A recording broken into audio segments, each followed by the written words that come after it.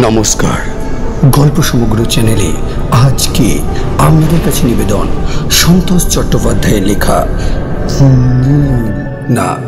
McNeil সাহেবের ঘোড়া। শুরু হচ্ছে আজকের গল্প ম্যাকনিল সাহেবের ঘোড়া।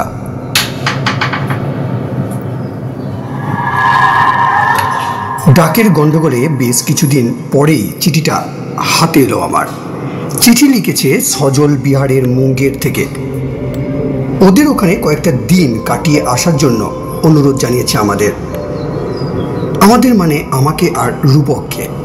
সজলের চিঠির শেষ অংশটা পড়ার পরই আসল কথাটা বুঝতে পারলাম। ও রূপককে তার মনের মতো একটা জিনিস দেখাতে চায়।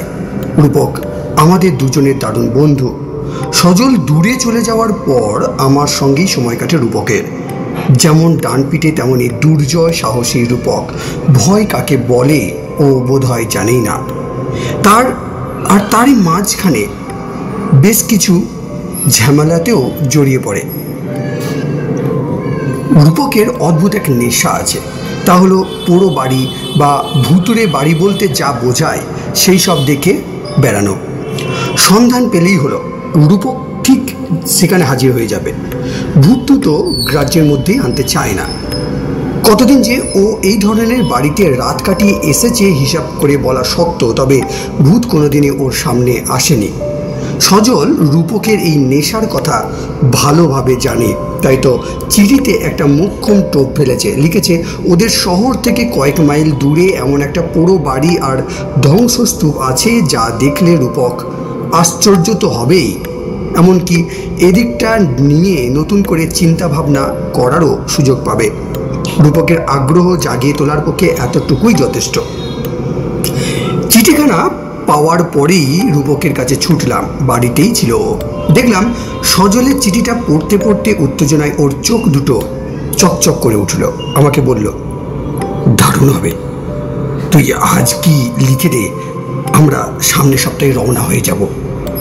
সেই মতোই চিঠি লিখে দিলাম সজলকে, আর একটা টেলিগ্রামও করে জানিয়ে দিলাম কবে আমরা পৌঁছাচ্ছি। স্টেশন ট্রেন নামা পর্যন্ত যেন রূপক অপেক্ষা করতে পারছিল না। উন্মুখ হয়ে তাকিয়েছিল প্ল্যাটফর্মের দিকে। কতক্ষণে সজলে দেখা পাবে সে। দেখা পেতে অবশ্য দেরি হলো না। সুটকেস হাতে নিয়ে ট্রেন থেকে নামতেই প্রায় ছুটে এসে আমাদের জড়িয়ে ধরল সজল।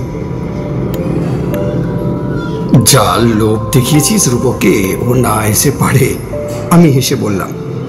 রূপকের দেরি সইছিল না, সরাসরি জিজ্ঞেস করে বসলো, জায়গাটা কত দূর রে সজল? আরে দাঁড়া, আগে কদিন জমিয়ে আড্ডা দিই, তারপর তো সব দেখাবো। সজল হাঁটতে হাঁটতে বলল। স্টেশনের বাইরে এসে সাইকেল রিক্সা নিয়ে রওনা হলাম আমরা। বেশ বড় শহর মুঙ্গের। আগে কোনো দিনই আসেনি, তাই বলাই ভালো, এবং ভালোও লাগলো। সজলদের বাড়ি শহরের প্রায় মাঝখানে। বেশ বড় বাড়ি, সুন্দর পথঘাট। সজলে বাবা বড় সরকারি চাকরি করেন, তাই আরাম বিলাসের অভাব নেই। তিনি শহরের সরকারি হাসপাতালের প্রধান। বাড়ির সকলেই আমাদের দেখে খুব খুশি হলেন। রূপকের ডান পিঠে স্বভাব চরিত্রের কথা সবাই জানেন, তাই নিয়ে সজলে বাবা খুব একটা ঠাট্টা তামাশা করলেন একদম। দুপুরে খাওয়া দাওয়ার পর আর তর সইল না রূপকে। সজলকে তাড়া লাগালো পুরো বাড়ি সম্বন্ধে যাবতীয় তথ্য জানাতে। বাধ্য হয়ে সজল বলতে শুরু করলো, জায়গাটা এখান থেকে মাইল খানেক দূরে, মাইল 10 দূরে বলতে বলা যায়। আগাছা আর জঙ্গলে ভরা। শোনা যায় বহু বছর আগে নীলকর সাহেবদের কুটি ছিল। এই নীলকর সাহেবরা ছিল প্রচণ্ড অত্যাচারী, বহু মানুষকে তারা মেরেও ফেলেছিল। লোকটার নেশা ছিল আচ্ছা, তবে একটা কথা বলি, তবে সবার মধ্যে ম্যাকনিল ছিল বড় সাংঘাতিক প্রকৃতির। যেমন নিষ্ঠুর তেমনি অত্যাচারী। লোকটার নেশা একটা ছিল, যেটা বলছিলাম, সেটা ছিল ঘোড়ায় চড়া। একটা সুন্দর ঘোড়ার পিঠে চাবুক হাতে তাকে সবসময় দেখা যেত।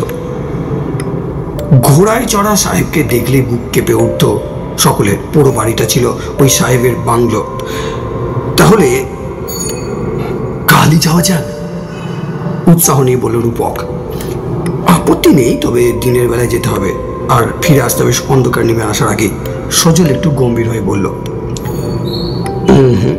পুরো বাড়ি দিনের আলোয় দেখবার মানেই হয় না।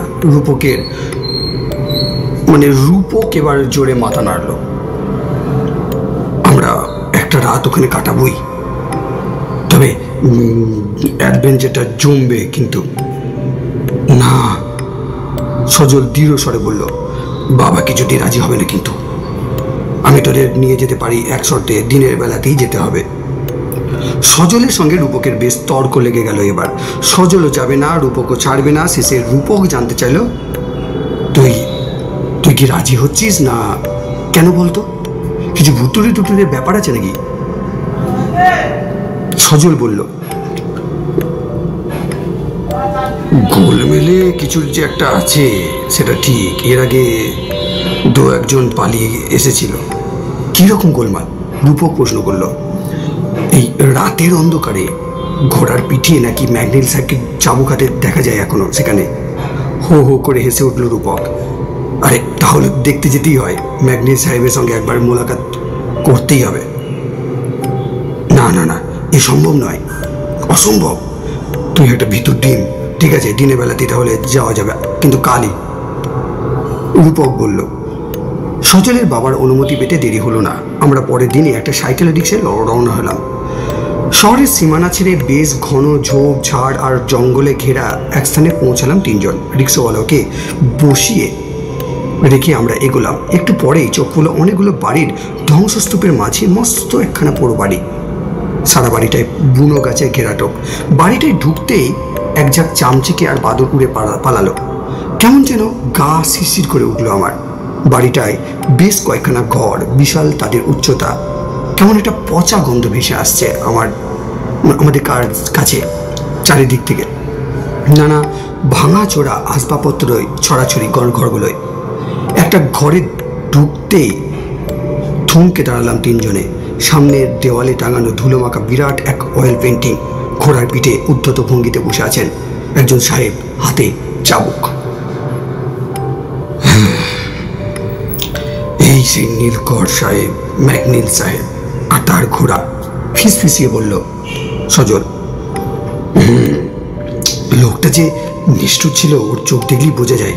রূপক বলল, ঘোড়াটাও বেশ ঝাঁতরেল কিন্তু। সারা বাড়িটা বেশ আগ্রহ নিয়ে খুঁটিয়ে দেখে নিল রূপক। ওর কৌতূহল যে ভালো রকম জেগে উঠেছে তা টের পাচ্ছিলাম। বেশ, চল তাহলে ফেরা যাক, রূপক বলল। আমি একটু অবাক না হয়ে পারলাম না। এত সহজে ফিরে যেতে রাজি হলো রূপক।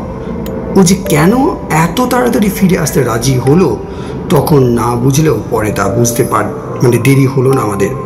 পরের দিনই রূপক চুপি চুপি আমাকে বলল, সন্তু, আজ রাত্রে আমরা দুজন ওই পুরো বাড়িতে যাবো। হ্যাঁ, কিন্তু খবরদার সজল বা এ বাড়ির অন্য কেউ কথাটা কিন্তু জানতে না পারে যেন। ব্যাপারটা আমার মোটেই কিন্তু ভালো লাগলো না। তাই বললাম, এই কাজটা কিন্তু খুব খারাপ হয়ে যাবে রূপক। সজলের বাবা অসন্তুষ্ট হবেন, এরকম করা একদম ঠিক হবে না। কিন্তু রূপককে বাধা দিলেও যে লাভ হবে না তাও জানতাম। ও আমাকে জানিয়ে রাখলো রাত 10টায় সবাই শুয়ে পড়লে আমরা চুপি চুপি বেরিয়ে পড়বো। ও একটা রিক্সাওয়ালার সঙ্গে সব ব্যবস্থা করে রেখেছে। সে আমাদের ধ্বংসস্তূপের কাছাকাছি পৌঁছে দিয়ে চলে আসবে, তবে অপেক্ষা করবে না কিছুতেই। বুঝতে পারলাম লোকটি ভয়ে কথা বলেছে। রাত তখন 10টা। সারা বাড়ি নির্জুম। আমাদের আলাদা ঘর, তাই বেরিয়ে পড়লেও কেউ জানতেই পারল না। অন্ধকার রাস্তা দিয়ে প্রায় 1 ঘন্টার মধ্যেই আমরা আবার পৌঁছে গেলাম সেই জঙ্গলের মতো জায়গাটায়। এবার সত্যি কেমন ভয় ভয় করতে লাগলো আমার। চারপাশে অদ্ভুত একটা গা ছমছমে ভাব। অন্ধকারে ছায়ার মতো দাঁড়িয়ে ছোট বড় আর ঝোপঝাড়। দূরে কোথায় যেন ডেকে উঠলো একটা শিয়াল। কানে এলো কোনো রাত জাগা পাখির কর্কশ ডাক। শেষ হলো আজকের প্রথম পর্ব এইখানেই। ধন্যবাদ।